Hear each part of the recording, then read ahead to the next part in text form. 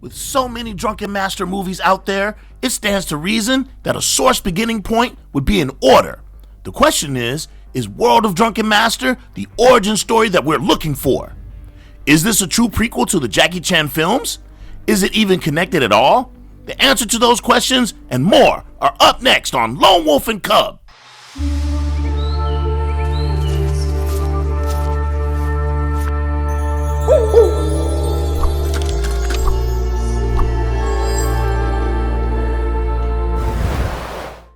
In the late 1970s, the kung fu genre saw an explosion in popularity, particularly thanks to the emergence of comedic martial arts films such as Drunken Master starring Jackie Chan.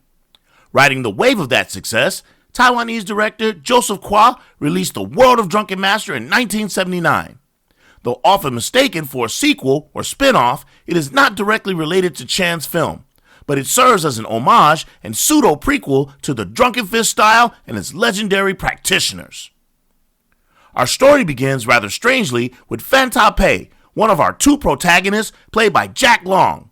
When we first meet Fan Ta Pei, he is older and reminiscing about his crush from his younger days, Yu Lu. Whilst in the middle of his recollection, he is challenged by a fighter who tells him that there is a man named Chu Lin Ten that wishes to kill him. Apparently, Fan Ta Pei is responsible for the death of his colleague, Tiger Ye, long ago. After their friendly match is over, Fan Ta Pei receives a letter and off he goes to another location.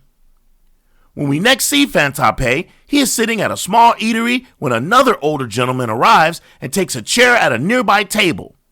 For some unknown reason, the other man attacks Fan Ta Pei, and they engage each other until 2 bowls of sweet premium wine are served, which stops them both in their tracks. Turns out, the other man is Beggar Sue, played by Yu Sung Chow. The two old friends embrace and share a drink together. They begin to reminisce about their youth of 30 years previously, and it is here that our story actually begins. We now find ourselves in the middle of a market where 2 young grape thieves are competing to sell their stolen merchandise to the public. In actuality, the 2 thieves are the younger versions of our protagonists, Fan Ta Pei, still played by Jack Long, minus the gray hair and beard, and Beggar Sue, now being played by longtime collaborator Lee Yi Min.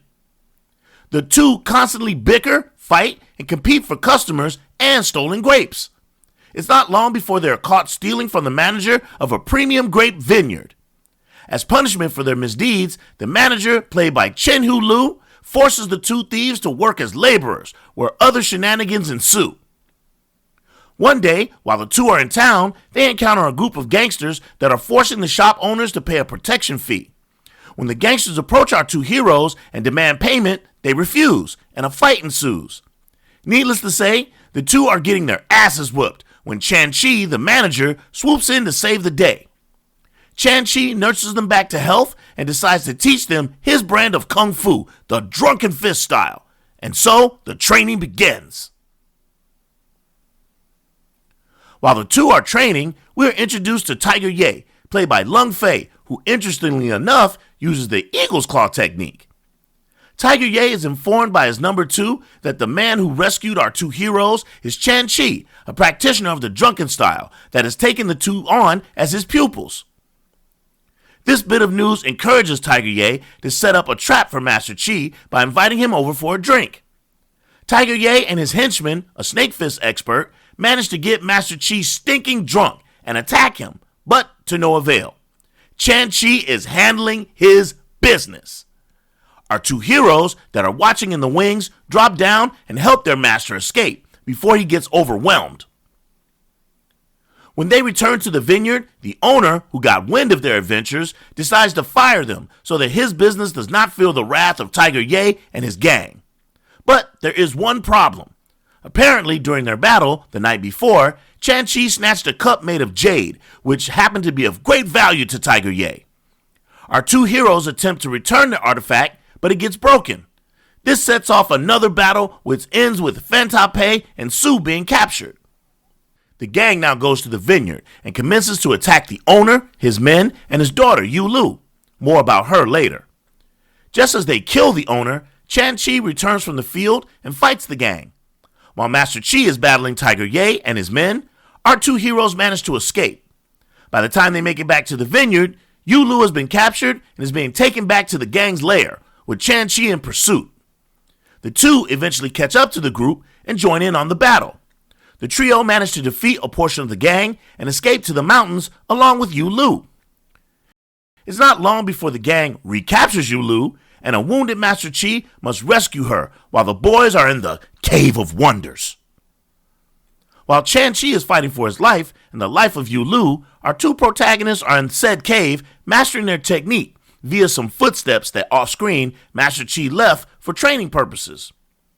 The two exit the cave and join the fight, and they manage to kill the snake henchman and a few others, but not before a couple of archers, yes, I said archers, get Chan-Chi.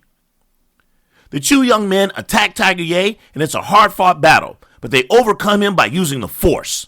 I'm kidding. Actually, their master's voice is giving them instruction as they fight. Strange, but effective. And in the end, they win, which brings us back to the beginning of the movie. World of Drunken Master is an interesting movie that has a dichotomy which needs to be explored. Who am I kidding? This movie sucks. Among the great movies that Jack Long and Lee Yi-min have starred in, this is by far my least favorite. So I'm going to put you all out of your misery and give you the score now. 5 kicks.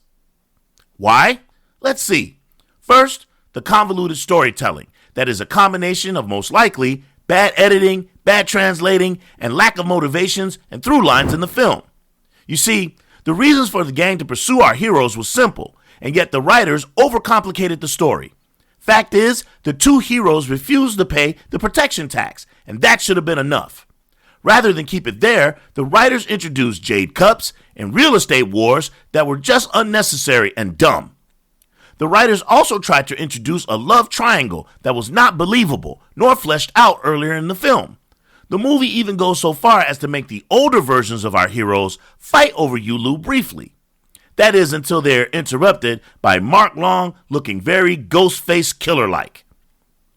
Interesting that Long's Chulu 10 is only interested in Phanta Pei and not Beggar Sue. Perhaps the life of a beggar might make you more anonymous and hard to find, but I should not have to do such mental gymnastics to come to such a conclusion, which the movie asks you to do several times. The movie also does a poor job of creating good chemistry between our two heroes. I think this is due to the audience being so used to seeing an older Jack Long as a mentor to Lee Yi-min's characters. See Mystery of Chess Boxing and 7 Grandmasters. And lastly, I have to talk about the choreography. Save for the final fight between the two Longs, I found the Drunken Fist stylistically in this film to be rigid and slow. Both actors failed to deliver the fluidity that the drunken style typically encompasses, and that, in my opinion, was quite disappointing. The ending itself was quite confusing and left you with more questions than answers. Did Lu Yu leave with Beggar Sue and they lived happily ever after? Did they go their separate ways? Why did Chu Lu Ten care so much about the fate of Tiger Ye? And why did it take 30 years to pay the piper? And who in the hell was that last guy? You know what? Never mind. Change my score. 4 kicks is what I'll give this one. Well, that's all for now. Tell us how you feel about World of Drunken Master. Where does it rate amongst the Drunken Master movies? Comment below and let us know. And please don't forget to hit that like and subscribe button along with that notification bell for more great content. Until the next time, this is the Lone Wolf, OG Ann. Go get you some sweet premium wine, y'all. I'm out.